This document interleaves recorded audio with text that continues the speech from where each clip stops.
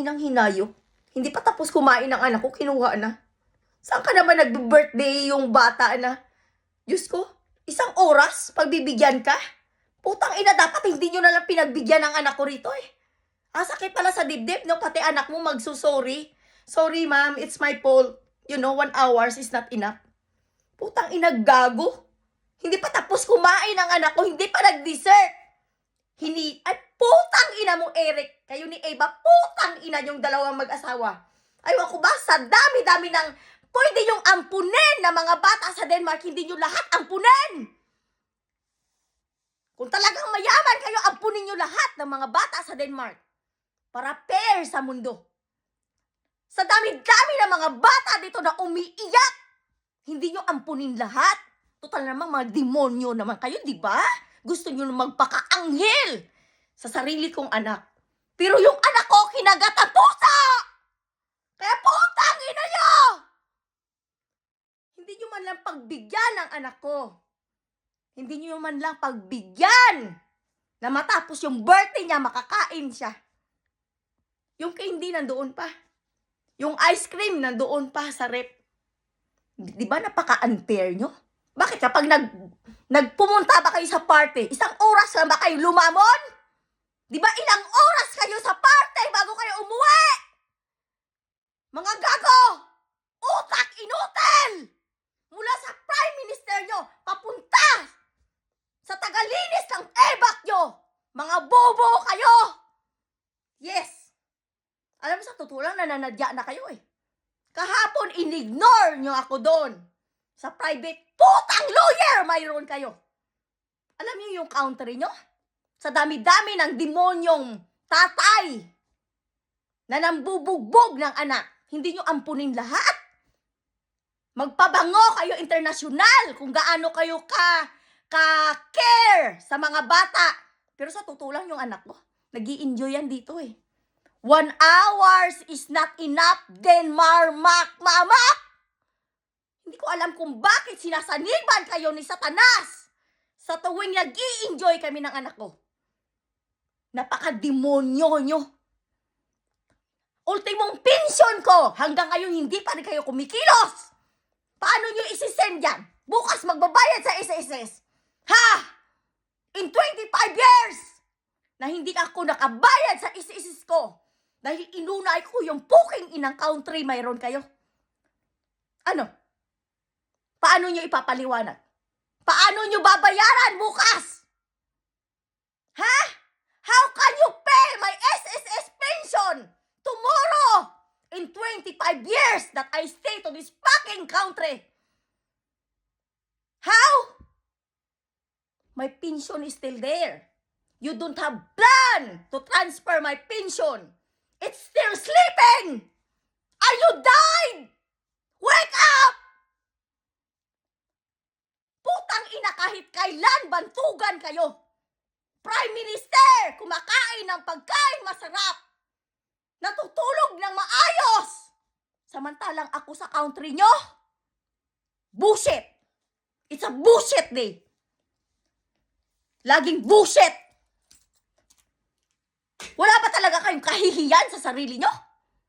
Na ang sarili kong anak, nagsusorry. Kasalanan niya kasi 1 hours lang ang binigay nyo. Birthday niya pa. Puking iyot nyo nga pala, Denmark. Sa totoo lang, napaka-idiot nyo lahat. Pari-pariho kayo mga plastic kung paano nyo ako tirahin. Behind my daughter's back, you're a devil. Fucking shit. Yeah. In how many years? Alam mo, sa totoo lang, yung naranasan ko sa country nyo, all I experienced to this fucking country, Denmark. Listen very carefully. I'll never experience that in Philippines. My daughter celebrate birthday. Nice birthday with so many people. So many guests. In Philippines. Yes. Bullshit here in Denmark. Yes. I have 1 hours only. Yes. You ruin my daughter's birthday every years. Every time that I invite kids, you have a lot of comments. Bullshit issue. It's never end. Until now, where you stand?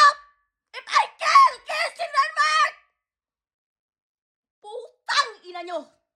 Sa totoo lang, napaka-unfair nyo talaga. Napaka-unfair nyo eh. Sa dami-dami ng foreigner sa country nyo, ako ang sinusundan nyo. Mula Copenhagen, papunta ng poking inang Grino na to. Pero sa totoo lang, putang ina nyo lahat. Putang ina nyo lahat ng mga Pilipino na kapitbahay. Kung paano sirain ang buhay ko. Kaya putang ina nyo, gaganti din ako sa inyo. Tandaan nyo lang. Puking gago kayo eh. Hindi kayo nahiya sa sarili ko, sa sarili nyo. Pati ang buhay ko, pinakikialaman nyo. Lahat ng bagay, pinakikialaman nyo. Puking gago kayo.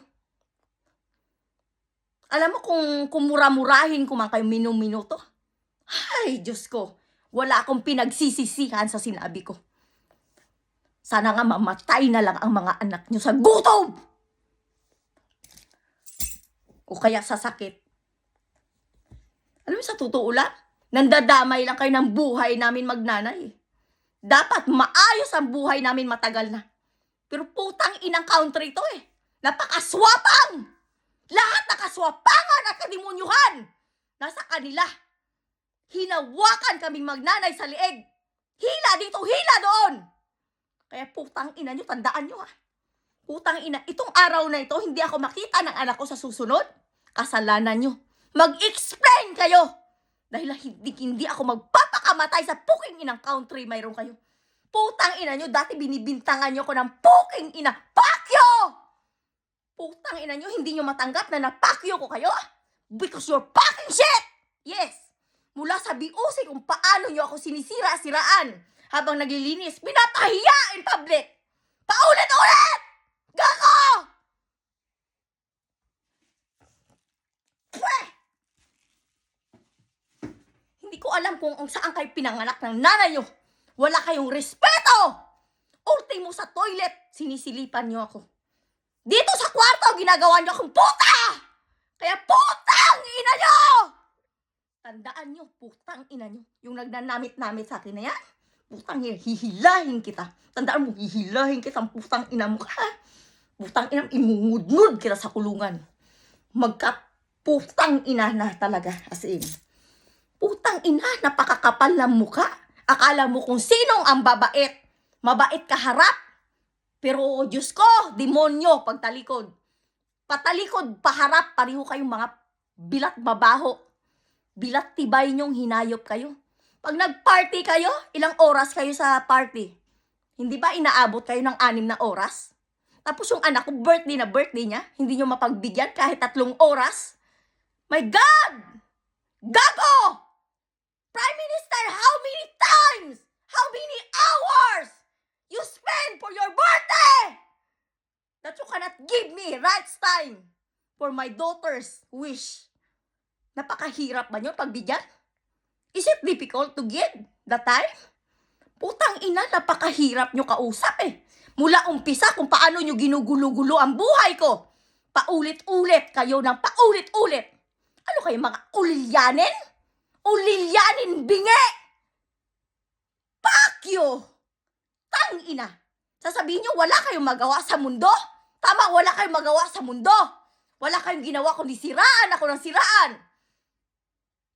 Gamit ang putang ina nyong YouTube na DR idiot nyo. DR idiot. Putang ina nyo nga pala. Grabe. Sa dami-dami ng foreigner sa country nyo, ako yung hindi nyo tinitigilan. Ako yung binabastos nyo. Alam nyo kung nandito ang pamilya ko? Promise.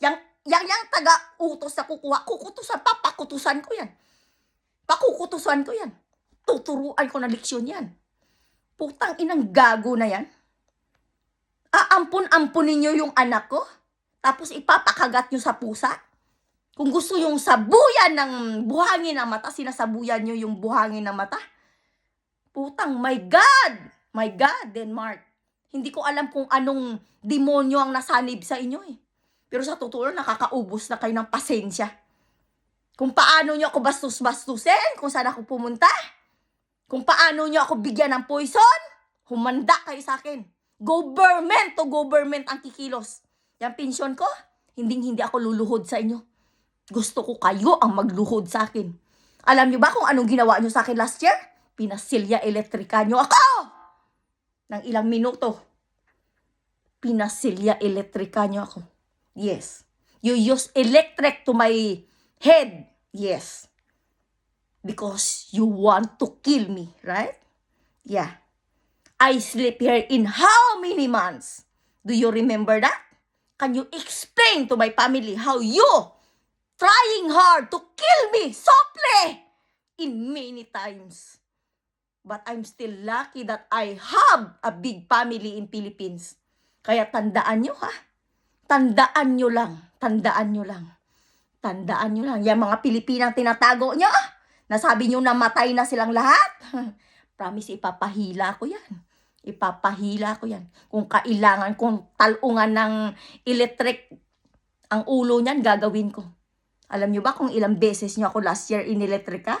Kahit na binigyan nyo ako ng, ng sleeping injection, ramdam na ramdam ko ang pagyanig ng aking utak kung paano nyo ako ipaselya elektrika.